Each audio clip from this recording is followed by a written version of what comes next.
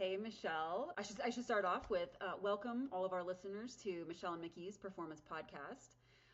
We are back with another thrilling episode and big news, not, I guess, big news, but big event over the weekend, the Men's World Championship race in Nice. Yeah, what'd you think, Michelle? Oh my gosh, I thought it was one of the best races I've ever seen in my life. Yeah, it was incredible. So I started to tell you before we started recording, and then we're like, we should be recording this.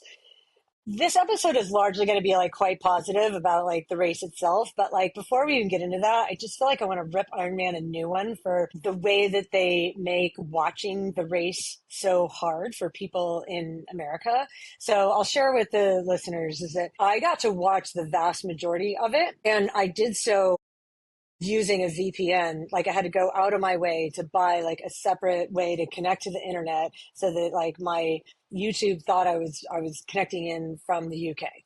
And when you do that, then it's like you can go to YouTube and you can watch it on YouTube, which means I could watch it on delay because largely that race happened overnight for most Americans. And so maybe if you're on the East Coast, you could have gotten up and like watched the run, like on Sunday morning. But for most people, it was happening in the middle of the night. So like people didn't get to watch the way that it played out. And like that's the beauty of it, I think, is like watching the dynamics of it and like who did what and who made what move when and how did that decision and that guy affect, what was going on like later in the race. Because Ironman is largely it's an energy game, right? Like how much everybody has a certain amount of energy and where are you choosing to spend that energy? And these guys are so incredibly fit that they have choices. Like they're not just going like about as hard as they can until they can't anymore. Like they're holding back on purpose at times. They're making moves on. They're deciding, should I go? Should I not? And so watching the whole thing, there's so much to learn. In America, we get screwed on being able to watch that unless you buy a VPN. Listen, I'm not sponsored by any VPN. I'm not promoting it in a way that like I'm trying to make money. I'm just saying if you want to bypass the way they screw Americans over, it's actually not that expensive to get a VPN. And once you get one, it's very, very simple and easy to use. Yeah, And so that's how I watched. there's other privacy benefits for VPNs too. Just if you're in the techie minded way, or you're just concerned about maybe your information being out there, VPNs are pretty awesome. Yeah. So my own little stick for a VPN. I think years ago I'd heard about VPNs and somehow in my mind I'm like, oh, that's for people who are like committing crimes online or like your dark, like the dark web or blah, blah, blah. And I'm thinking to myself, like, I don't do any of that. Like, I just want to go on YouTube and like watch what I want to watch. But when I found out that like Ironman plays all of its Yep. races on YouTube, which means you can go back and watch the replays. So for me, like what I did, I'm in Hawaii. It started at like 7 p.m. on Saturday night, my time, which is ideal, right? So like I could watch because I don't have a life and go out on Saturday nights. Let's get real. So, what I mean? But like I was able to watch the pre-race show. I could see the interviews. I watched the swim. I watched the first part of the bike. I went to sleep. I got up in the morning. I did not check Instagram because I'm like, I don't want to know yet. And so I just turned YouTube back on and started where I left off for the most part. I mean, I fast forwarded a little bit through the bike, but largely I got to watch like how it all played out. I don't know where to start. I mean, everybody, this isn't going to be like, spoiler alert, like the Norwegians swept the Oh, podium, obviously, yeah. but like everybody knows, right? So I'm not worried about spoiling it. But I feel like there's so many talking points of where we could go to talk about. Because here's the thing when I watch those races, I'm genuinely watching to be like, what can we learn? Like, what are the takeaways? What can we then apply to ourselves as age groupers, even if you're not doing Ironman, but just like you're trying to excel like Yeah. at sport or whatever. And the big picture takeaway for me was watching those Norwegians, because there'd been a little bit of scuttlebutt about the Norwegians sweeping the podium like before in some of the pre-race interviews and whatnot. And in my mind, I'm thinking, I didn't think they were going to actually do that, but it wasn't because I didn't think they were good enough. It was because literally I was like, there are seven guys that could win this race and nobody would be surprised, right? Like, I mean, that they're so good. So I just largely didn't think it was going to happen because there were just too many other good guys, not because the Norwegians were good enough. But I will say, toward the end of the bike, when I was watching, they're like, I don't know, 130K into the bike or something. And, a couple of the guys, Martin Van Riel was still off the front. But this is what was happening. Martin Van Riel was off the front. Sam Laidlow had a terrible start for various reasons. And that's another talking point that I want to hit on later. Cause like watching people like have their hardships and then overcome them and continue on was also an incredible story. And Sam Laidlow was one of those. So Sam Laidlow was back in like 35th at the beginning of the bike because he'd had some issues on the swim. And I actually genuinely thought he was going to drop out. Watching him run through transition after the swim, he was walking like he was not running with any sort of intention. You could see in his eyes that he was like, fuck this. Like, I don't care about this at all. Like it just, and you were like, oh, that's not a guy who's trying to win this race. He was trotting. And then he was way back. And I was like, well, Sam Laidlow's out of this, right? So like that opens up doors for some other people. What a surprise. Nobody would have guessed that. And then like little by little, he gets his mojo back.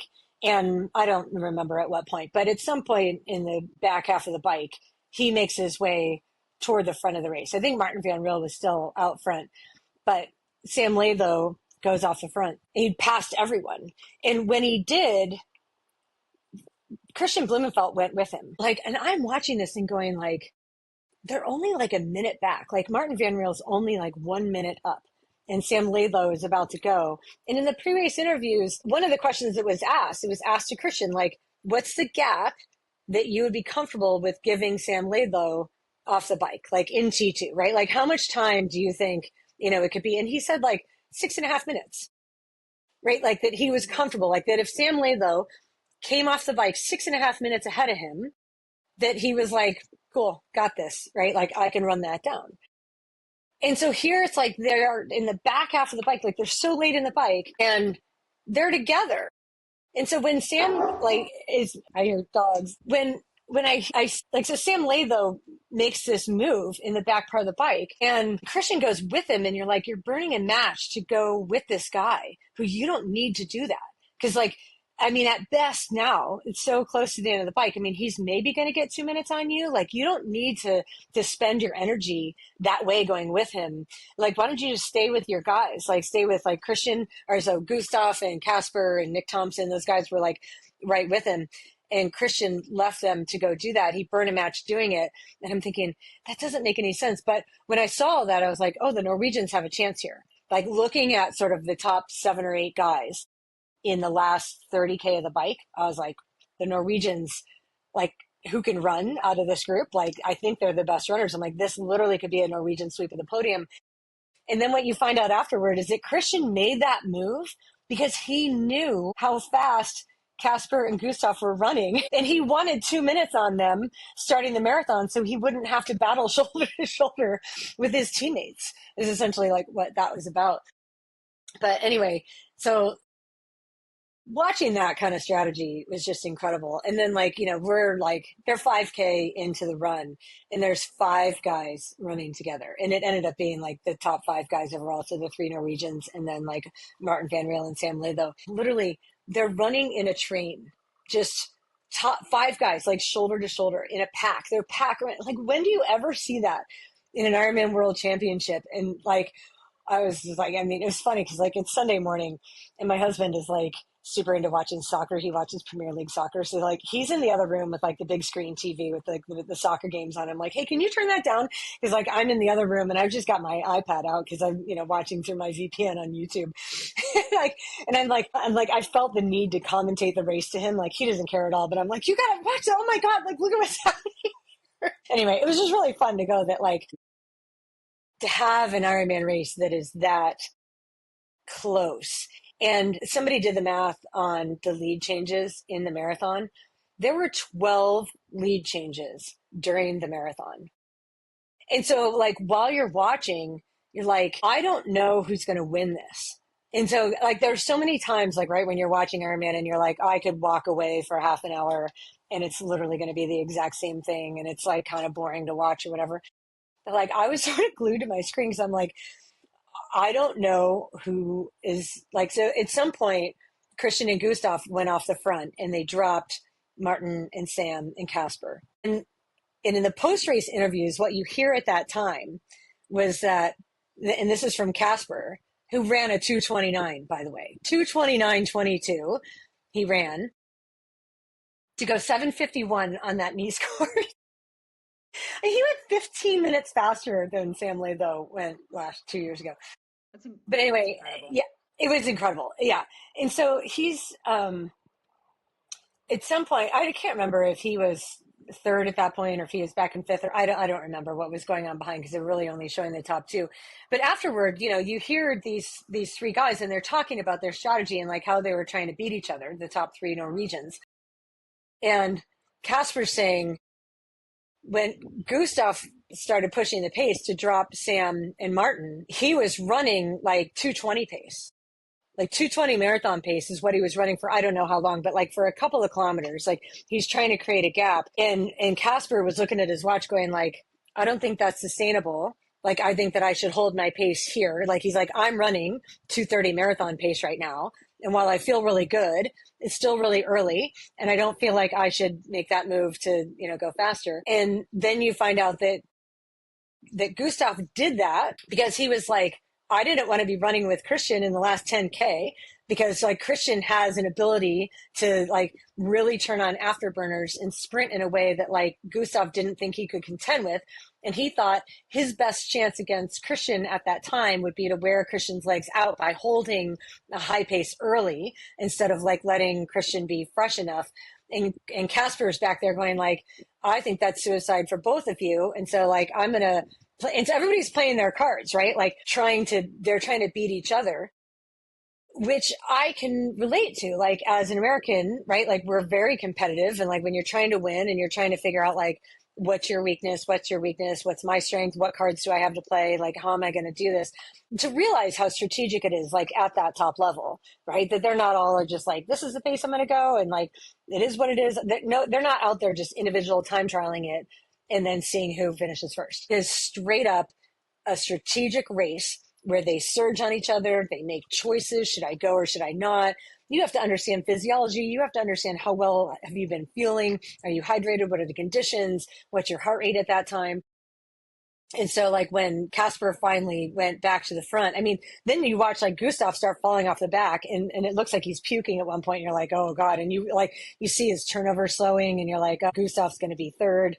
And and after the race, he's like, I thought I was going to be the one to lose it for the team, cause like at that point now, like the three of them are off the front and it's clear that it's going to be a Norwegian podium as long as whoever's in third doesn't shit the bed, right? Like if whoever's in third cramps or pukes or starts walking or whatever, and then either Sam or Martin come up from behind and take the third place, they would be like letting their team down.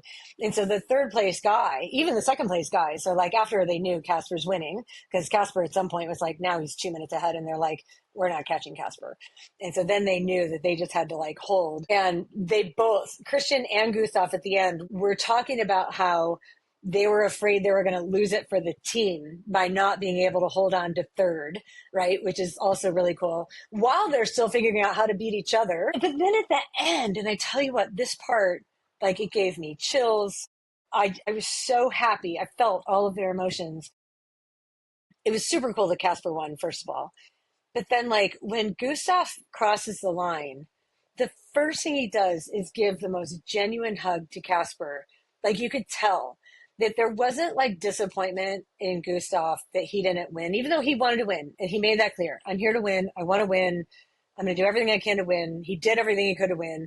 He landed second. There was no disappointment there. It was a straight up congratulations to Casper. I hope this is first of many world championship wins for him to come. Right? And they're so complimentary to each other.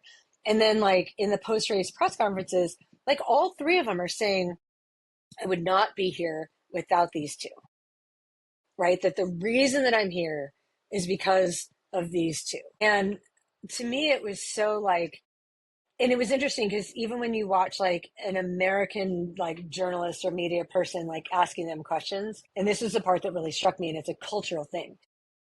So like as Americans, we thrive on this feeling of like rugged individualism, right? It's like we're very competitive and it's me against the world and I'm doing it by myself and I don't depend on anyone. I'm not asking for help from anyone. Like I'm just going to go dominate like by myself. And I think that the big picture lesson that we learned from this race is that and it can't even be like a fake do it together. It can't be like a here's a group that I'm going to participate with, but I'm just going to use you to help me get better, but I'm not going to give back to you to help you get better. Right. Like, and I feel like that's how even Americans like in training groups would be, or there would be some sort of animosity, right? That's like where, yeah, like, and to be honest, like I have built this myself. Like I'm pretty good at training by myself. Like I'm pretty good at motivating myself. Like I don't need anyone to meet me to do a training session, right? I don't need someone near me to push. Although whenever I'm with somebody else, I'm always going faster than I am when I'm alone. So like without a doubt. But there have been times where I'm thinking of when I bring a training partner in, well, I'm helping her more than she's helping me, which I think is like probably legitimately the case because like I'm there, I'm the one bringing the workout. I'm Right, like you're the coach. right, yeah, yeah, you know. So it's just kind of like, and so there is a feeling of like I'm helping you more than you're helping me. So again, if it's my athlete, I don't mind that at all. Right.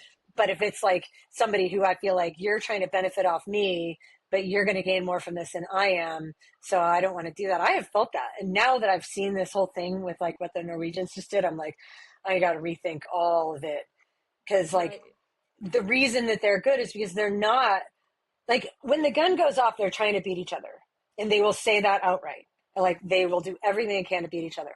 But in their preparations leading up, like they're sharing all their data, they're sharing their strengths and weaknesses, they're trying to solve problems together, right? Like they're it's like the sharpens steel, or like, you know, they're all better because they're not holding back and trying to like win training, right? Like they're trying to help each other throughout the whole preparation, not just on a couple of days. It's not like, oh, we're only getting together like on Tuesdays. And when we do, I'm going to make sure that like I'm not telling you everything that's going on. Right. No, like there are three of them together all the full time and developing each other. And I wonder how things change going forward if they do it all. Like if we see more training groups forming, Yeah. or if they like can't do it because this is this like Nordic culture that those guys were ingrained with from the time they were kids, that like we give each other the benefit of the doubt. I am working with you in good faith that you're giving your best effort all the time and that you're not here to hurt me, but you're here to help me. And I feel like as Americans, we're so skeptical, right? That like I'm going to just assume that your intentions are bad. Like that's just a cultural thing that like pick an area and like people assume that like intentions are not good. I mean, I think it is. I do think it's prevalent in a lot of the adult, like Ironman, like the single sport, right? Like ultra running. However, you know, there's a lot of, I think, good examples in track and field and marathoning of pro groups elevating each other, right? I think that subset of athletics has tapped into that, you know, when you have truly supportive people within your group, you can all elevate. And I'm not an expert in a lot of these marathoning clubs. You know, there's a bunch out there, and not all, and some have had very serious problems. I mean, you know, in terms of abuse and encouraging eating disorders, right? I'm not talking about those, you know. So there are caveats, right? When you have group settings and you have a coach there, right? That abuse can happen. So I don't obviously condone any of that, but I do think that there has been some good examples in track and field or at the collegiate level, right? But we haven't seen it in the sport of triathlon at the upper age group level, right? I mean, maybe a little bit here and there. I feel like, I mean, this isn't the same, right? But back when we were both training a lot more and more active in racing, like the training camps were a big deal, right? And more people were doing training camps, and I don't see that hardly at all anymore. People aren't want either they can't or they don't have the money or they're not being run. I don't know. Yeah, that is So interesting. I know what you're talking about. It's like it's not a thing as much anymore. I'm not sure what that's about. yeah. But I do think in our sport of triathlon, 7.3 Ironman, right? Like I do think there has been, and you've even seen it at the pro level, right? Like the individual, there has not been the group dynamics as much, and the Norwegians have obviously shown that that is very impactful, despite the fact that it's a very long race, you know. And that's the other thing, right? Like it's Ironman, it's a long race, you're all time trialing, but it's like it is. But when you have that level of fitness, there are dynamics and there are plays and there are risks that you're taking and strategies that you're employing for sure. So Yeah, at that my level. only, yeah, No, my go only ahead. like with the, so I'm not a group person, right? Like I do these sports because I like to be alone. I was, I Yeah. mean, soccer was my main passion, and I did play, team. That's a team sport, and so I could do both. But in my adult life, I have chosen to do sports that I don't want to train with the group. And I think I've mentioned this on other podcasts. When people would ask me to go train with them, I would make up excuses 99% of the time. I don't like it. So there's two things. One, it's just that I'm doing this because I like the solitude. I enjoy it. I would rather have my own routes and do my own thing and train at my efforts, harder, easier, whatever it might be on the day. And I also feel that when I was training a lot in Boulder County, a lot of the groups it was go out and crush yourself every day. I mean, the Yeah. whole culture is it's a in the workout, race the workout, harder, faster, more. It was a constant proving. And so even if you could find a group that was a little better, right, it was still, it wasn't fun. I have enough stress in my life with my job, right? Trying to win proposals and write grants, and I don't need to, I don't need to do that in my training, and I want to save that energy for the race course, and that worked well for me. However, I work with a ton of athletes that prefer to train in groups, and they want the group dynamics, but they do not use it in the ways that I am sure the Norwegians are using it. And there is always comments about like so and so, or I didn't ride well, or I didn't do this comparison to this, the comparison game. Every workout is a comparison. And I'm like, if you just go do the training on your own, oh, but I don't like that. They like the group dynamics. And in some ways, I think they like that constant, you know, feedback and judgment that they are placing on themselves by how they are comparing to other people on the day. My Hmm. 2 cents, it's a very rare person that actually can enjoy the group ride and leave it as, I enjoy the group, I'm having fun, I'm getting a little more out of myself on occasion, but most of the Well, time it's but comparison. I think that the issue there too then is largely along the lines of like, are you training together 7 days a week, or are you only going in, right? So like I would say most age group athletes, like there's no age group athlete that's doing all of their training like with a training group. There's like none really. Right. Or No. if you are, you're only like, okay, I only swim masters, but like, and I'm going to masters twice a week, so I'm always swimming with that group. Okay, fine. But you're not all doing the same thing in between, right? You know what I mean? So like there would be some people are bringing more fatigue into the session and some people are bringing less. And then like the chances of you overtraining. So it's almost like if you're going to be effective with a group and the group is going to work for you the way that these Norwegians have done it, like the only way is to do it 7 days a week. Right. I Right. agree. And to totally understand the physiology behind what you're doing, Absolutely. the Yeah. goal of the session, the letting go of the ego and letting yourself go easy on the easy days, holding each other accountable to like, this is our top level effort and speed, right? Like on a certain session or whatever, that like, we're not going above this today. And that if like one of your training partners says that, you just let them go because you know that that doesn't fit.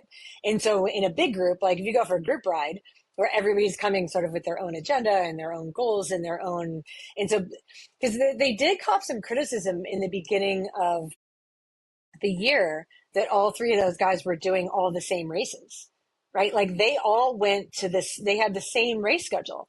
And, anybody who's strategic is like, why would you do that? Then you have to compete against each other. Like, why wouldn't you spread it out and like Absolutely. send one of you, to each of these races, and then you guys can just go win and you don't have to compete against each other. But I think they were like largely trying to coordinate their training schedules so that they could peak, like at the right time. Yeah. And so I would like the caveats on the group training thing. So you bring up a really good point about like, there's benefits to training alone. I personally, I do the vast majority of I'm pretty much all of it. I mean, occasionally I'll do group bike rides with people on the weekends, but like, I don't call myself really training. Like I'm exercising, but anyway, it's beside the point. But I do a lot of it alone. And when I'm going with the group, I just assume that it's going to be hard, Mm-hmm. right? Because like that's just going to be the dynamic of when I'm in a group situation, like I'm going to be pushing harder than I would on my own most of the time.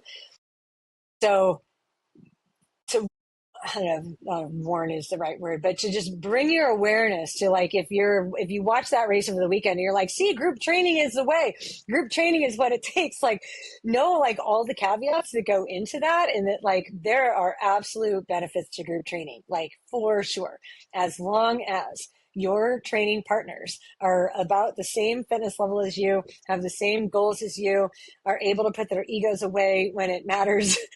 And like, Right. so they push when it's time to push, they go easier when it's time to go easier. Like they understand all of that. They see the big picture. I mean, all year, Gustav, if you've been like, I love Gustav. Like Yeah. I wanted Gustav to win that race. Like just the whole time I've been cheering for him for years. And he kept saying like, I'm progressing my season to be ready for Nice. And so like when he didn't perform that well, like, in Texas or in Frankfurt was like a step up and he just continually was getting better. He's like, I'm on the path. I don't want to peak in April or May, right? I'm going to peak in September. And he had that plan for years. And so it's like he just was gradually building up. And then you even heard Christian saying, like in the pre-race interviews, that, yeah, like Gustav has been getting faster like every week. His sessions are getting like a little faster, a little faster. And I wanted to see him win partly because I just thought like I wanted to see that smart, like progressive Yeah. training load pay off because it's like I like that, like as a coach. Yeah. The plan works, right? Yeah, Yeah. you know what I mean? Just to go like, oh, he was patient through this whole thing and he wasn't trying to hold top end fitness all year versus like Christian kind of was, right? And so like, so while Christian ran in 2:34 at that marathon, that was his slowest Ironman marathon of the year, right? So like he ran faster in Texas and in Frankfurt than he did at Nice. And like there, and like, look, we're not bashing him for getting third, but like there is something to be said for, building your way through and not being at top level fitness in April, right? If your goal is to win a world championship or even just to like be your best, in September, October, you kind of don't want to be at your peak fitness in April. So Right. anyway, And yeah, and what these guys, yeah, in full disclosure for our listeners, I did not get a chance to watch the race, so I'm mostly living vicariously through Michelle's storytelling of it, which is amazing. But I presume, knowing these guys, like they are very good. They understand the physiology, right? And they execute sessions very well, and they're not looking to be at their top fitness across multiple disciplines. And that I see that a lot with a lot of athletes, to be honest, like especially in Ironman training. Well, I want to jump into a 5K and oh my God, my 5K time is a little slower than normal. It's like, yeah, well, that's because it's a different physiology to do well at a 5K than an Ironman. And so, but that I think, and maybe that's on me for not, I think I educate, like it's a no, different, but even if you do, right. I have been in that People situation too, do, like right? super Like, frustrated that my 5K yeah. is slower than it should be when I'm in the middle of Ironman build. Right, but it's Yeah. like, that you can't train, you cannot be good. Like a sprinter is not going to be the best marathoner, vice versa, right? Like because one, there's genetics involved, but also, they are training differently, and that training should be tailored to what your goal race is or your goal, whatever it is, right? Like to get faster on the bike or to get whatever your goal is. Like you can mix and match, right, in different parts of your season to focus on different things like top speed, VO2 max, whatever it is. But once you enter into like kind of the bulk of what you need to prepare for your event, then that's the priority. And so that I feel like some athletes have a hard time wrapping their minds around that because they think that Ironman training is just it's so much training. So overall my fitness should be amazing at everything. And I'm like, well, it doesn't necessarily work that way. It might. I mean, you might get a 5K PR, right? You're more likely, which I've seen, you're more likely to get a marathon PR because a marathon is more similar in the event to Ironman versus, 5K. But yeah, I don't know where I was going with that. So yeah, I think, well, yeah, I think, one understanding like, yes, group training is amazing, right? And there are benefits. Pick and choose, I think when my athletes want to, so right now I have someone that group rides 3 times a week. And I don't think he'll listen to this. So yeah, he group rides 3 times a week. I try to encourage like one ride to be a little easier at least. Well, and then he now wants to add in like whole body strength session Monday, Wednesday, Friday. And I'm like, yeah, you're not going to feel like you have to prioritize something, right? Like you can go hard in the strength room and then Tuesday your legs are going to feel like shit, right? Like you can ride easy. It would be good for recovery to ride easy, but they want to still join the group ride. I'm like, well, you just have to be ready. And lo and behold, like the first time we applied this, Monday hard strength workout, Tuesday legs feel like shit. And I'm like, yeah, I don't Yeah. know what to tell you. So anyways, back to the group ride, right? Like it's finding people that are about your speed. In the big group rides, you just can't. There's a variety, of people most likely, and so you might get out of your comfort zone a bit. Oh, in a group ride, there's always going to be Yeah, somebody who pushes it, even if everybody right. decides in the beginning that we're really tired. And the thing is, and it might even be easy for the whole first hour, but there's going to be one person in the group that just decides, like, oh, I always push on that hill or whatever, right? Like, this is my section where I always push in, like, and yeah, they'll go for it. And then, like, then you get people like me who are like, I'm not the one pushing the pace, but like you, there's no chance I'm going to let you go when you start, right? And I'm going to jump in. And then if I go, then like somebody else is going to go. And now, but before we know it, the whole train's moving down the road, and now you're working harder than you plan to. But, and that's my point, is it like, if you're going to go with a group, then plan on it being a solid effort. Like, don't pretend that it's going to be like an easy recovery kind of ride Yeah, it's when not. you know that it's not going to be. So, yeah. I've commonly seen this too with some of my athletes, and this is no one I'm coaching currently, but love the group rides, wanted a group ride Saturday, like to ride hard in the Ironman training. I look at his training peaks, and he had, like, for example, a 5 hour ride, mostly aerobic, maybe a few efforts. See, at 2:30, 2 hours and 30 minutes, because they hammered it. And the rest of the group was only riding 2.5 hours, and then he was too tired to continue on. Yeah. And this is not, he knew it, right? Like, his upload, when he did comment, he was like, yeah, coach, okay, I'm sorry. I probably can't do this anymore. I'm like, no, you really do. You really do need to get some miles in, so, I don't know, find an easier group to ride with for a bit, or just try to do your own thing. You signed up for Ironman, right? Like, you need to do some longer rides. And then Yeah. once Ironman's over, go back to your group rides and hammer it on a Saturday for 2 hours or whatever. Yeah. But I see Yeah. that a lot, right? The group doesn't usually do 5 hours, unless you're in Boulder, right? And there's a lot of Ironman people, but Well, most places and so this is do. this is the whole point, is that like the reason that the group training with the Norwegians works is because they're all aiming toward the same Right. goal, right? And they're all on the same page. And the vast majority of groups that like Yeah. we work with, like everybody is coming with their own purpose, coming with their own goals, coming with their own levels of fatigue, coming with their own understanding of physiology, coming with their own fueling plan. Right. The chances of everybody like progressing in the same way are like so slim, like, so it's like the group dynamic isn't going to work as well.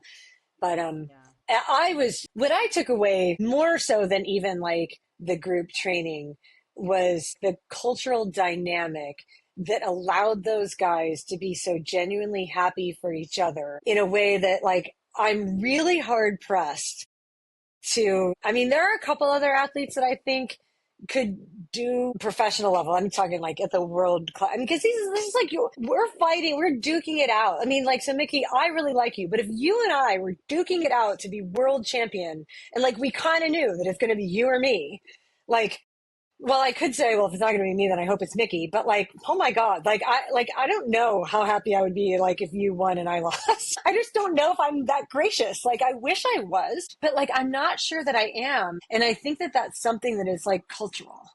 Does that make sense? You know what I mean? Like, it's a cultural thing where, like, because I actually then went and did like some research on like Nordic culture because I really wanted to understand. Like, I have a large curiosity about things that I don't understand, and like watching how awesome they were together and like listening within, I don't know, an hour, hour and a half of the race. Like, they're still in their tri suits. Like, it's that soon after the race. Those three guys are sitting down in a conference room with microphones in front of their mouths, shoulder to shoulder, going through the race dynamics and talking about, like, with a guy who's interviewing them, talking about what they were thinking and when they made their move and why they made it and why they were trying. And they were all just like watching each other all day and saying, I try to do this, because they weren't racing against Sam Latho and Martin Van Riel and the other guys. They were racing against each other even in that race. But then like the second that it's over, they bury all that and hug each other in like the most authentic way that I just think like it's very real. Like the respect that, like, and maybe that's the thing. Maybe when you work that hard together for so long, you can't help but have just enormous respect for, the others, knowing that like, if I've worked this hard to get here, like you have too, or whatever. At one point, Casper said something like, he was in the marathon, he was running with Christian, and Gustav started falling back. Christian told Casper to lead, and Casper didn't want to lead because there was a headwind. So like there was half the run, there was a headwind section, and Casper wanted Christian to lead. And this is his thought process. And he says afterward, he's like, well, he goes, I thought about telling Christian that he had to lead, and he goes, but Christian led like almost all of our training. So like I kind of felt guilty being like, no, you should also like lead this race. And then Christian said, hey, we have a gap on Gustav. If I'm leading, Gustav might catch back up, and then you're going to have to drop Gustav again. So you better just stay in front. So Casper was like, okay, I guess I'm just staying in front, because like if Christian goes in front and it slows down at all, then Gustav's going to catch back up, and we have to make sure that Gustav doesn't catch back up. But it's almost like they're doing that like because they have so much respect for Gustav, right? You know what I mean? So it's kind of like, I know I have to work absolutely as hard as I can because he's so good. And so in order for me to beat him, like I have to actually, just like be outside of myself. And I don't know. I just thought it was culturally, it made me wish that I was Nordic. Yeah. I mean, I do think Or like, there's definitely cultural differences. I also think, Christian and Gustav they've been trained together for what, years now. I think this is also a demonstration of, so I'm not going to take anything away the Nordic culture, but it also might just be that these guys really get along. I mean, that's also, mhm. like it's maybe a very unique situation. I don't know. I'm not discrediting the fact that I just don't know enough to say like, I mean, generally, yes, Norwegian cultures tend to be more team, group and team oriented than the highly individualistic Americans, American culture, and Yeah. and I don't know where, how well I do. I mean, history of American culture is like, Puritan. So they're groups, but fairly judgmental. Sorry. Yeah. So there could be that, but yeah, I think it's a case of knowing your opponents very, very well, but knowing, respecting, wanting to get the most out of yourself and each other. And I think that is definitely, not something you see. I mean, it's pretty rare, right? Yeah, it In is our rare. culture. Yeah. I think it's really neat. So if we move on a little bit, another takeaway that I had that I feel like, because again, the way that we started this was like, what can we learn Mm-hmm. from, these watching what these pros did? And there were a couple of stories in the day of like early adversity that some of these pros had that they then overcame and ended up with a result that they could be really proud of. And so I'm not really sure exactly what happened to Sam Laidlow, but like, Sam Laidlow has like led the swim, or if he hasn't been first, he's been, yeah, if he hasn't been first, he's been like, first, second, maybe third worst out of the water at every race he goes to. Like he's an incredible swimmer. And there was a time during the swim where Sam Laidlow just stopped swimming and actually took a few strokes, like going back to shore, like he was going to quit the race halfway through. And so when he wasn't in that front group swimming, it's like, it was very confusing, I think, to a lot of the other top athletes. A lot of them didn't even know. And when they heard on the bike that Sam's like 2 minutes back early on the bike, and they're like, what's going on? And I will tell you, I definitely thought Sam Laidlow's out. Right. I mean, I thought, looking at his eyes running through transition, I thought he's going to drop out. So Sam Laidlow's not my favorite athlete for a variety of reasons. Like I don't like, I don't know. I don't find myself cheering for him. But in this case, oh my gosh, like kudos to that guy for not giving up on himself. He stayed in it. It took him a long time. He was working really hard at one point. He caught sort of like the first chase group, like where there were still three guys out front on their own. But they never had more than maybe 2 minutes on the rest of the group. And then, Sam caught that first group and he sat in for a little bit, and then he made his surge and he got himself to the front of the race. And like he entered, I think there were maybe, 5 or 6 guys that entered T2 together, and he was one of them. But given where he started, you would go, my gosh, and then for a while he was running in the lead. Like he and Martin Van Riel were first out onto the run, and they're running in the lead of this race, being chased by 3 Norwegians. It's just like, there's a bad omen there. But I just think that, wow, like kudos to that guy for giving himself a chance like the whole time. The other person, Matt Marquardt, was like the first American to cross the line. He was 8th. Same to him. And his post race, like he put on Instagram or whatever, that his his mantra for the day was like, give yourself a chance, give yourself a chance. So like, that's a guy he's been dealing with cramps. Like every time he gets out of the water, he has a cramp and it puts him back like 5 or 6 minutes while he's like waiting for the cramp to work. And then it works itself out. Then he gets on the bike and he's an incredible bike runner. And he's won 2 Ironmans this year, even having cramps, which is like, so for him, he has experience knowing that I have the capacity to work through this. But you would think like, oh, in an Ironman World Championships race, like in a field like this kind of caliber field, like if you're going to be back, losing time due to a cramp, like you don't have a chance with these guys. But like apparently he didn't cramp getting out of the water. And so when I saw that he like got on the bike, like he swims really well, like front pack swimmer. And when he got on the bike with the other guys, who he swam with, I was like, oh, good for him, right? But then like the first split came up and now he's 4 minutes back. And you're like, oh, shoot, man. He's like, so he's still cramped, but it was later. And so you would think that he would have had some sort of like, cool, I didn't cramp, right? Like an exciting feeling of like, oh, I'm in it, like right from the beginning, like I'm going to give myself a chance. But then like he has some sort of cramp like early on that like slowed him way down. And you can only imagine how frustrating that's got to be, like knowing that you have the fitness, you have the knowledge, you have all the things, and like, but you can't figure out cramping is literally the most frustrating condition for any athlete to be in. And I know, like, I've been in it, like I've coached athletes through it. It's so frustrating. But the fact that he continued to give himself a chance where, and it cost him maybe 4 minutes. And then like he said by, I don't know, 20K or something, he's like, I was back in, I had all my functioning capacity. And then he crashed apparently on the bike at some point. He was like 100K in and he showed like pictures of like strawberries. He landed like pretty hard on his hip and he had like cuts on his hand. And so he crashed on the bike, got himself back up on the bike, and then like continues on. Apparently Jamie Riddle crashed as well. Or at least he like ran himself off the road. And there's video of this where like I think those downhills are like, they're so fast and they're curvy. And if you misjudge one, right, it's really easy to just ride like right off the road. So, I mean, and they're pushing the boundaries on like, how fast can I get down this mountain? It's not like super surprising. I mean, even Cam Wurf crashed like 2 years ago. But anyway, so I'm not sure if those were the only two that crashed. They were the only two I heard about. But it's like with a cramp and a crash, and Matt Marquardt was like, I'm not giving up on myself. I'm going to continue battling on, and to go run a 2:40 marathon and run your way into 8th place. You know what? Congratulations, Matt. Like, thank you for setting this example of like, things can look like they're all going to shit multiple times for different reasons throughout the race. And then it's like, you run into the problem, you fix it, and you move on. And then the other kudos I want to give is to Patrick Langa, who like, here's a guy who 2 years ago on this course, he was second overall. Last year, he won the race. And there would have been a lot of pressure on him, like going into the race. But like he came off the bike, I think like in 27th place, like 20 minutes down or something, right? Where it's just like, I mean, he could have run a 2:20 marathon. He still wasn't going to be top 5. Like it was, he was out of it.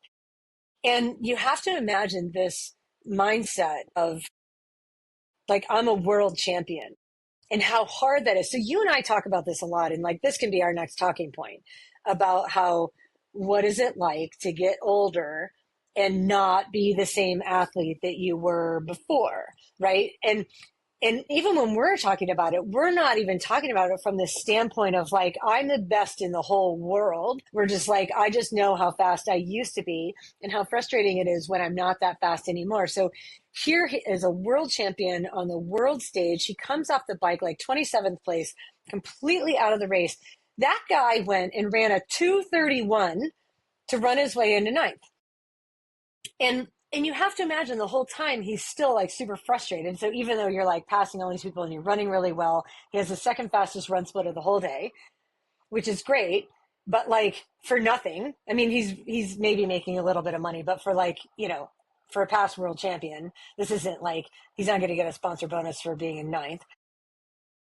And so like the idea that he could compartmentalize like that and not spend that whole marathon beating himself up about how he's not as fast as he used to be, and he can just put that away and do the run that he was trained to do. And like, I heard somebody say on another podcast too, which I really agreed with, like probably as frustrated as he must have been during that race. Like there's no way that he wasn't just super frustrated. But like a year from now, he will look back on that race and be so proud of himself for like not giving up on himself, for putting in the effort, for just continuing to give everything he had, even if he retires now, which he might, right? He might just be like, oh, you know what? Like the game has passed. You know, like what these guys can do on the bike is ridiculous. I don't know if he retires or not, but if he does, congratulations. Thank you for like offering us this example of resilience. It was beautiful. We didn't even get to watch him. Like he was like pretty much never on camera, but I'm like just really, that's a champion mindset, I think. Yeah, totally agree. He is a champion, and it's something again thinking maybe from a psychological point of view or a cultural point of view. Like, is that something he's developed over the years? Was that inherent in him? Right? Like, can other people develop that champion's mindset? I think the answer is well, one, the answer is I don't know for him, right? Like I don't, I think there are people that have that more inherently than others. I think that you can develop it a bit too, though. But I think, for example, I have an athlete, her name's Meg, and I don't think she'll care if I share the story. She was very, very fit for Ironman Copenhagen a couple weeks ago. Really good build. She really did everything, not just hitting the training, but like setting time aside to recover, right? Like she was mindful of nutrition, recovery. I mean, she was doing all the things. She was prioritizing, her time to give herself the best opportunity she could. And, while Kona was not like a super high goal, it was like she's in a position where she might crack in, right? Like it's not, I mean, it's never a given, but like she's in that range of like, it might happen, right? It could happen if she has a really good race, if everything goes really well. Well, it didn't go well. She got a flat on the bike, didn't hold, flatted again, flatted again. I mean, she lost about an hour and 15 minutes, hour and a half on the bike, like quite a bit. And of course, she got low on nutrition during that time. She was super stressed. And, I was chatting on the side actually with her sister. I don't know if she knows this. I don't think she's going to listen to this, but like, does she pull out? Does she, and I told her sister and I said, knowing Meg, I think she's going to put it behind her. We talked about what happens when things don't go the way we're expecting them to go. We have setbacks. It's on to the next thing. Like we stay present and then we move on, we let it go. And I think I would encourage her to do that. And of course she did that, right? She didn't, need anyone, right, to tell her. I mean, she got out in the marathon and she ran a fantastic marathon. I can't remember what she got off the bike in, but, ran her way up by, I don't know, 20 places, right? I think she was just in the top 20 at that point. Sub 4 hour by I'm gonna blank on what her times were, but very impressive, very steady marathon. Dealt with, she got off the bike knowing like I'm probably low on calories, and so she kept fueling. When fueling didn't go well, she switched it up to something else because it's like, we had that worked out. But it was the mindset that I was so super, proud of. I mean, and I told her, I think it's the races that go really well. That might be like yay, it went really well, and it was really easy. In some ways, you don't maybe always remember those, right? You remember the hard races where you had to fight for it and you had to overcome, right? And I said, and again, that's a champion's mindset, and to keep showing up when it's not going well, when you're not, when you're dealing with the setbacks. And so, I think there's a lot that we can learn from the pro races too, for those pros that, had, Sam Laidlow and Patrick Lagrange, running, he got off on 20 and ran up to 9. Yeah. That's amazing. Yeah. I mean, amazing. Yeah. I'm not surprised. He's an amazing runner, but being a world champion, yeah, I think that. I mean, to pull out a 2:31, yeah, like that takes a lot of like guts and effort, right? Like, cause it's not going to be easy to do that, right? Like that's like your best effort marathon. Like, I'm sure it was like, that was his best effort marathon. So to be giving, like, I think to your point, or like what you were trying to say is like on the easy days, like it's kind of easy to give your best effort when it's going well, right? To give your best effort when it's not going well is a totally different ball game.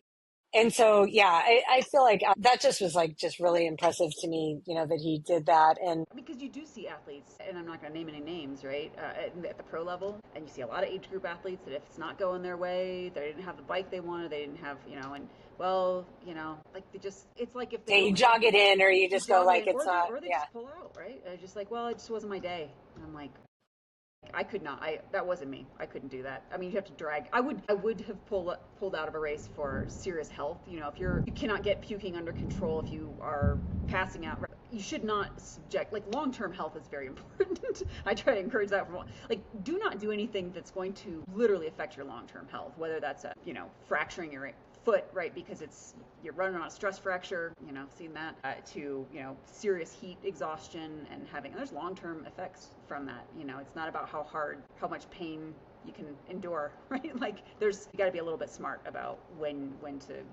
to push your limits and when to know when it's time to step away. But if it's just not going well and you don't think you're going to get the placement you were expected or the time you were expecting, then like you should finish the freaking race, give it what you got. Well, and because I think what happens is like later you're going to look back on that, and like the whole point of amateur triathlon is like I'm trying to make myself proud, right? Like I like that's what it's all about. Like, am I proud of myself at the end? And so like, and the only way that you're proud of yourself at the end is if like you gave your best effort, and like whatever the result was, you will forget the result, but like you'll remember your effort, and you'll remember how you felt about yourself, and you'll remember like what you were telling yourself, all of that.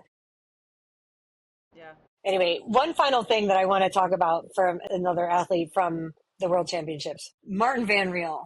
So like this guy from like in January, there were people who were like, Martin Van Riel wins this race, right? Like and I kind of thought maybe he would too. I was like, I'm a big fan of Martin Van Riel. I like him. I think he's fun. I think he's funny. I think he's talented. I enjoy him.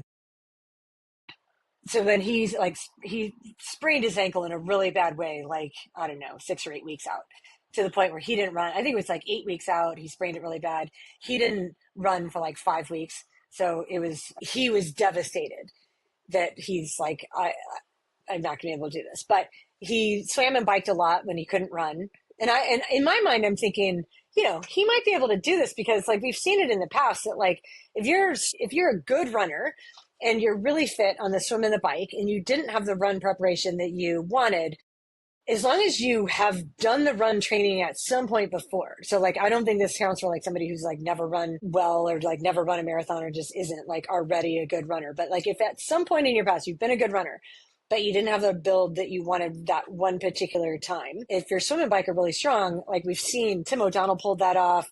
I feel like there's some women who have pulled that off too at World Championships, like just done really well.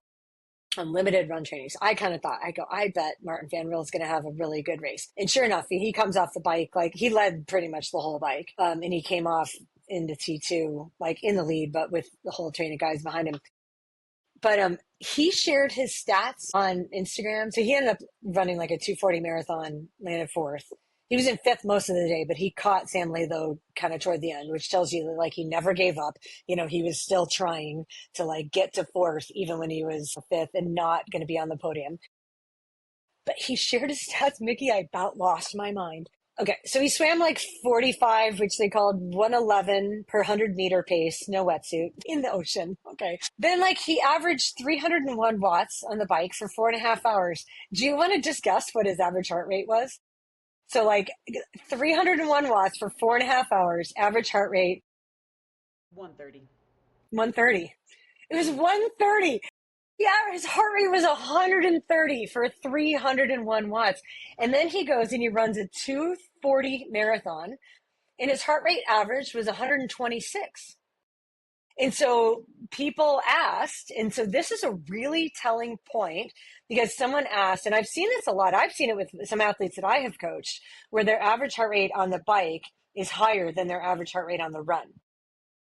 And the answer to that, because somebody asked us like in the comments, why was your average heart rate on the run lower than your average heart rate on the bike?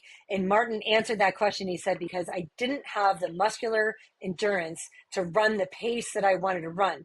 So like his muscles weren't working hard enough to elicit a heart that needed to beat any harder. He was limited by his like muscular endurance capacity, like at that level. It wasn't cardiovascular capacity that was limiting him in any way. And that makes a lot of sense too, because like when we get super tired, like when you have so much muscular breakdown that you can't like hold the pace anymore. And that was his point, was that he didn't get to do like the run sessions where he is like pushing pace in a way that would work in muscularly. And so if we're going to talk about that for like Ironman athletes and like amateur athletes, you go, when you're watching these guys pushing the pace that they're pushing on the run, pushing the power that they're pushing on the bike, what you have to know is that their aerobic capacity is developed to such a high level that it is never their limiter. So like when they're not worried about heart rate, it's because their heart rate is not their limiter. And so like, and then somebody else asked in the comments, like, what's your max heart rate? And he said 160-ish. So like, this is a guy who's operating 30 beats below his max heart rate. So like, even if your max heart rate, you're younger and it goes up to 180, like hypothetically, there's a lot of age group athletes that can get a heart rate up to 180. But now we're saying that like, yeah, so 150, like that's about where you're going to be for your Ironman. And so if you're all the time training with your heart rate at 165, 170, and that feels comfortable to you and you're calling that easy, like it's, the cardiovascular capacity is not there then. So you're getting the muscular work done because your muscles are also working hard, but so is your like cardiovascular system. So seeing that like average heart rate 130, 126, I mean, I was just like, okay, that is so telling that like this is where those guys are as far as fitness goes. Yeah, I mean, it makes total sense because he didn't have to keep breaking down. Yeah, Down. I can like hear your rain. I can hear your rain, Mickey. I'm sorry. Colorado weather. But it's a huge deal, right? Training the muscular and training the aerobic capacity as well. I'll mute. You continue on. Yeah, it's like Mickey lives like in Colorado, and it's apparently hailing like golf balls onto a roof so loud we can't even hear her talk. But yeah, I mean, to me, that was just, it was so telling. And with the idea being that it's not like we don't want to work the muscular endurance part. Like that obviously is still an important piece. Like, but know that whenever you're working interval efforts where you're working in a way that you can feel your muscles like fatiguing, if your heart rate is above, like, and it's hard to throw out a number here because like it does vary by individuals, but it's rare that you're going to have a professional athlete who's doing that whole race at above like about 150. And even then, when you look at like age group athletes, like your average heart rate for the race, if it's within like 20 beats of your max, I can almost guarantee you, I'd be really surprised. And listen, if you're one of those athletes and you can prove me wrong on this, like great, do it. Show me your data. I'd love to see it. But like, if you're going to have a good last 10K of the marathon, of your Ironman, and you've been doing the bulk of the race at 20 beats below your max, like I would be really surprised and flabbergasted and amazed if you're going to have a good last 10K of that marathon. Like it's just so unlikely to happen because you're working at the limits of your like aerobic endurance capacity at that point. And so to know that these professionals are so fit that heart rate isn't a limiter. And I'll just share with you personally, like as a coach, how do I deal with this when I'm working with my athletes with heart rate? I used to be a lot more stickler about heart rate than I have been recently. But this is what I'll say is that when I get a new athlete, I will say, I want to see your heart rate and I want to see good heart rate data, not from the wrist, but like from a heart rate strap. I want to see good heart rate data. And what I'll tell them is that like heart rate may or may not be an issue for you. Like, are we going to do all your training by heart rate? I don't know. When, you know, in our first initial phone conversation, I don't know. It depends on where you're at right now. But I will tell you, if you do 2 weeks of training and upload all of your data for me, I'll be able to tell you if we're going to do a lot of heart rate training or not. And the way that I'll know that is that like, if you're running like 9-minute pace and your heart rate's 165, we're going to do a lot of heart rate training, right? Like, and I'm going to ask you to run a lot slower than you're capable of running because like that, especially if your goals are to go long, it's not going to be a sustainable thing for you to run by pace yet. right? Like the first thing we're going to have to do is like develop your aerobic system so that you can then handle the harder efforts later. But then I've had athletes that I've worked with, and it's like they'll say that like this was a really hard solid session, and their heart rate for the intervals was 142. And you're like, for this athlete, like I'm not going to be like you have to slow way down. Like that athlete can probably um run easy by feel, and they're probably going to be fine running easy by feel if their interval reps are run at a heart rate of 142. Right, like assuming that Not they're not 65. right. I was going to say, assuming they're in their like 20s, 30s, 40s ish, Right, right? yeah, if you're in your 30s and you're doing intervals and your heart rate's like under 145, like for you, heart rate is, your cardiovascular system is really well developed. You might have a really big heart. I mean, there are genetic issues with this too, right? If you have a really big heart and you can pump lots of blood. But I've seen this as a pattern with my athletes, that those whose heart rates just generally run on the lower end tend to do better at Ironman than athletes who have like hummingbird hearts, who, like, if I go out and run and my average heart rate's 175 for that 5 mile run, like that athlete has a lot of work to do before they're going to be able to like finish an Ironman in a way that felt good to them. Right. And a lot of folks that are out there saying, well, it just doesn't work for me, or, yeah, my heart rate just naturally runs high and I feel fine. You know, okay, that might be true. But again, like, what's your goal? And I do look at like, well, if you're easy, 170 is my easy pace, and your max heart rate's only like 175, 179, Even 182, even 182. 182. I mean, You're so still, yeah, for most of my Ironman training days, I think my max heart rate was around 200 on the run and like 190, 194 on the bike, like pretty similar. Not initially, right? Like I was a runner and I had to build up my cycling specific strength, which is an aside. I think that's pretty common too. I've seen a lot, like what I commonly see is, especially for women, um, but I think this applies to men too. That I just have worked with more women, so I have more data.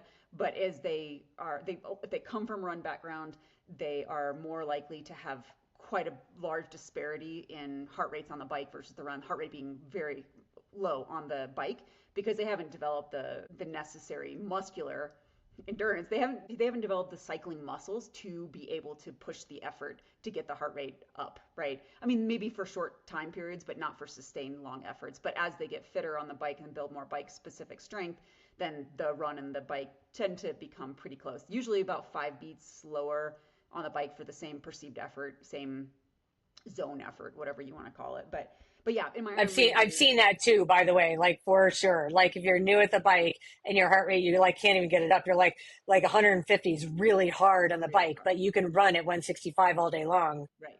Like Yeah. that is a dynamic I've seen too. Yeah. But so in my Ironman days, I always raced at a heart rate of 155 on the bike and the run, and that was around my what we target as my maximum aerobic function. Not for Phil Maffetone. And then years later, actually, I think I've mentioned this on other podcasts. I got my metabolic efficiency tested, and it was very similar. Even though my gut feeling is actually it was probably higher when I was younger, and I didn't get my lab test done until I was 40. And it was still, I think my crossover was about 152, 153. And so, like, that's kind of, I mean, one, I had field data to say that that was at a good effort level for me because I made progress under, I went faster at that same heart rate over seasons and over years, right? And that's again with heart rate training, like I'm sure you do this too. Like we're not just putting a heart rate out there and saying, well, let's just have you run at 160. Like we're looking at like, are you getting better? No, I Do you just think you wild should be ass guess. right? But I think a lot of people think that well that they're like, well, but my Garmin says that my zone two should be this. I'm like, oh no, okay, Garmin's crap. Let's actually have you run. This is what I do for new athletes is it depends. Will I force you to run by heart rate? And I was also much more of a stickler early on than I am now. Largely depends on what your goals are. And so if your goals are really only like half marathon, maybe a marathon, I maybe if not, it's not as important. But if your goals are to do ultras and to do 70.3s and above, Ironman especially, I am going to be much more of a stickler because we have to be. You have to develop the necessary aerobic capacity to do those events or to do them well. But yeah, if people go out and run and do everything by feel, what I commonly see is like they're not able to hold that. And so And then to make matters worse, if you add fueling issues on top of it, then you're really not going to be able to hold that So effort. that was the other data point that like Martin talked about was like how much did he fuel? I can't remember now. I think he said it was 140 grams per hour on the bike. Christian said it was 160 is what he took in. I mean, these guys are pushing the limits on fueling so high up. And then I can't remember now what he said it was on the run, but it might have been like 125 grams an hour on the run, which is incredible. And then somebody asked him, like, how did you do that? Like, logistically, how did you do that? It seems like a lot.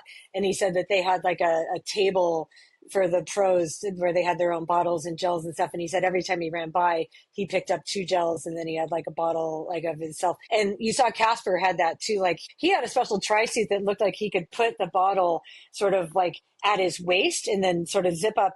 And so it could sit there. So I don't know if his tri suit was developed in a way where it had like a special pouch like that you could put. I mean, Casper was carrying a full size bottle, like a big bike bottle, and it was full of a pink liquid, like as it was clear, so you could see that there was like a pink liquid. So clearly, high carb, electrolytes, whatever was in there, it was some sort of special fuel that he would drink. He would take it out, drink it whenever he wanted, and then he would stick it back in, like sort of like horizontally across his waist and sort of like zip up. So it looked like he was running like sort of pregnant almost, if he had this like bulge, like around his belly button. But like those guys were absolutely pushing the limits on the fueling. And I keep trying to drill this in with my athletes. And I think Yeah. some of them like don't believe me or they think that what they're doing is enough. And like, like maybe it is, but like, what if you just tried? What if you just No. tried more? Can you just try? Like, try more and see if it helps. Like, even if you think you're okay, like, what happens if you try more? What happens the next day? Do you have That's a less big one. fatigue Yeah. the next day that you can like train again and not be like still catching up? And Yeah. That's I think huge. that those guys embrace like how much can I fuel now? And most age group athletes are like, but I'm trying to lose weight. So like, they don't want to fuel the training as much because they want to use it as like a weight loss effort. When the reality is if you trained your fueling really well, you wouldn't be starving later and need to like Eating. eat a lot more. And then you could train more and train better. So yeah, I don't think that like we are pushing the power because again, if you're not pushing 300 watts, you're not going to be using as much energy, right? But you're still going to be using a lot, and so like the more is more Yeah. Well, on and that. if you're on, and I know we've talked about this in another podcast too, I'm sure, but if you're on the spectrum of like, well, I just don't need that much, go get metabolic efficiency testing done to see what you actually burn. Now that's in a lab, and there's not as much. It's not always clear how your caloric needs drift over 10 hours. I mean, a 10-hour Ironman would be fantastic, right? Like most of my athletes probably right now are between like 11 and 15, 16 hours. It's a long time to be out there working out. But if you go test in the lab, you can get a good baseline to say, well, I at least need this to be able to sustain my effort. And it's not just testing aerobic efforts; it's testing up into zone three, into low threshold. They don't Metabolic efficiency testing usually doesn't go to full VO2 max, high effort, right? But race specific intensities, and they can even tailor test where if you go in and say I want to race at I'm going to target 9 minutes a mile, and I'm going to target 200 watts on the bike. Okay, go get on the bike, warm up, ride 200 watts for 45 minutes. Let's see how many calories you burn. Now, can you get that amount of calories in? And so a lot of times people will see that data and say, okay, maybe I need to dial it back because I actually can't get in 150 carbs an hour. Maybe you can, but I think a lot of times people have to see. It's not even that they fail at the races because they're still in this, whatever it is, culturally maybe, right? Like it's not the nutrition, it's my fitness, and I just have to work harder, right? That's why they're failing, or that's why they're not meeting the mark at the races, right? Whereas if you show someone the data, like this is what you're actually burning right now, if you're not willing to trial and error it, which is a much cheaper way of going about this, right? Just trial and error it. Anyways, so I We've have a, seen that like people don't listen to data and facts anyway. Nikki, have you not well, been paying attention? it's true. Facts, do they even matter? Like we're in a post-fact society at this point. So like Post facts are so data, like fun. I know you're into science, Mickey, and that voodoo science that you're into with the Oh data that God, you and your God. facts. This pains me. I mean, it's funny, not really funny. Haha, I'm gonna cry now, but yeah, Yeah. we get it. Anywho, no, I think, there's so much that age group athletes want to mimic about the pros. And I do think that some people are maybe taking the whole carb fueling a little extreme, right? Like, do you need to fuel like some of these guys are? maybe not because you're not pushing 300 watts. You're not as big as Sam Long, right? Like you're a, I don't know, 5'8" woman. Like maybe you don't need to have that many carbs, right? Like trial it. Like You need more than 40 grams an hour. And yes, like the reality is like when people, most of my athletes anyway, think that they're feeling well, if you actually go add it up and then like divide it by how many hours you were out there, it turns out to be like 40, 45 grams an hour. And they're like, no, I feel a lot. I feel a lot. And it feels like a lot. But then like do the math on it and you're like, it wasn't even in the ballpark. You didn't even hit the minimum of like the 60 to 90 grams an hour. You weren't even there. So like it's no surprise at all that you died on the run after the bike or that you retired the next day. yeah, yeah, So yeah, yeah, yeah. doing math is important. Doing math is important, I'm and into math. yeah, I mean, in a great way. I mean, yes, I am into the data, and I think testings can be really useful. But for me, what was really maybe field testing, right? Like, was I wrecked after long rides? No. Was I overeating after long rides? I mean, okay, sometimes I did crave a burrito, right? Like after a big long ride. But I was also recovering well. I mean, stacking the volume, stacking the hours. Are you getting injured? Are you getting sick? These things are also indicators. Like if you can't stack the training, if you're, or, and there are caveats, right? Like age dependencies, as we get older, we need more recovery probably. But, having a workout like an easy ride 4 hours and you're like, oh, I'm wrecked for four days afterwards. Maybe that's an exaggeration, but a lot of if you're really under fueling and you go out and ride in the heat, and you under hydrate as well. I mean, yeah, that's really hard on your body, really, really hard. So eat more. That's always Yeah. eat more in the sessions, right? If you're trying to lose weight, eat more in the sessions and then prioritize good choices later, right? A lot of protein. That's usually Yeah. my guidance. So Yeah. yeah. Anyway, Anywho, so what else? let's You got let's anything call it else? there. No, Yeah. I feel like we've been going for like 75 minutes. So like let's call it there. I feel like it was just really good race. I'm sorry that Americans didn't get to watch it if you don't have a VPN. That blows, but get a VPN. For lots of reasons. That would be my recommendation. Yeah. So now it makes me really excited for Kona because, like, oh my God, the women's race is going to be incredible. Right. I I mean, like, if there were seven guys that could have won that race, there are also seven women that, or at least five that could be like legit, they'd win and we're not surprised, but maybe seven that yeah. are, really, really incredible athletes. And so like that's also going to be really fun. So I think I haven't decided yet. Like I usually go over and watch, but Yeah. last year I stayed here and I watched online and honestly like it was like better. Oh, I knew more about what was going on in the race than I did when I was like over there in person. I haven't bought any. I don't have any plans to go. I'll probably stay here. I have one athlete that's racing, so I feel like, maybe I should go there for her. But she also has a lot of friends that are going to be there, cheering her on. So like, I may just stay here and watch it online. And if I do, I'll be like glued to it and we can have a similar kind of yeah. conversation, the Yeah. week after. Yeah. I look forward to that. Yeah. I mean, the in between would be go over there for all the pre-race fun and the post-race fun, but then hold up in the Yeah. condo and watch the race. Well, I think I've done that before. I've had a Yeah. condo there, and I'm like, well, it's like I'm in air conditioning. My phone is plugged in. I'm able to like, like Brilliant. hear the commentators and like actually see the coverage of it. But it's like, well, if I'm going to do that, I might as well just be here. I mean, That's I true. can't even count on. I've been there so many times. Like, I don't want that to sound bad, but it's just like, I don't know. I enjoyed watching it from home last year, so I may do Yeah. that again. Yeah. Anyway, Yeah. all right. Well, thanks, Michelle. And until next time, we will we will talk soon. Thanks all. Yeah. Peace out.